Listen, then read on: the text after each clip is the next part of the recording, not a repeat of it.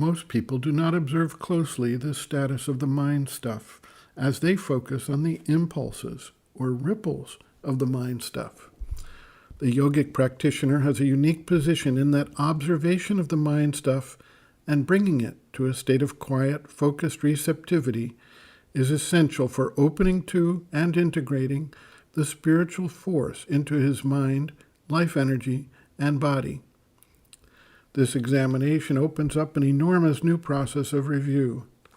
Normally, all sensations, emotions, feelings, thoughts ripple through the mind stuff, but there are also newer vehicles that add to this complexity. Ultra-processed foods trigger an addiction-type response that constantly bombards the mind stuff with requests for more. This is similar to the use of addictive drugs. Various hormones get released under different conditions and experiences, and they too may create not only ripples in the mind stuff in the near term, but also a craving or addiction-type feeling that wants to repeat the experience. Intense excitement, adrenaline addiction, which craves repeated excitement or challenges.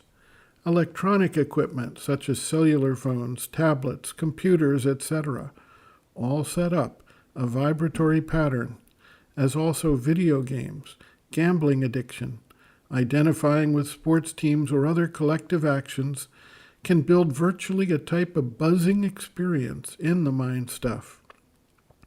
There can be an intense pressure internally to always be doing something or being occupied in some way.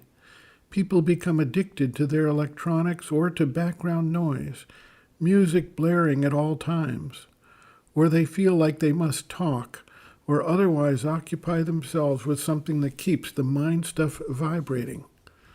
Times of quiet and silence are thus difficult to program into the being and maintain with any continuity. The practitioner soon learns that trying to observe and manage the status of the mind stuff is both an interesting and intensely focused effort.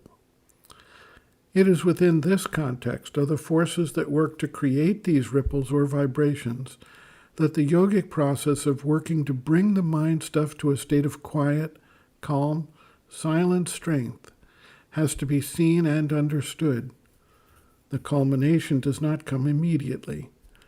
There are thus stages of the process as the practitioner goes even further.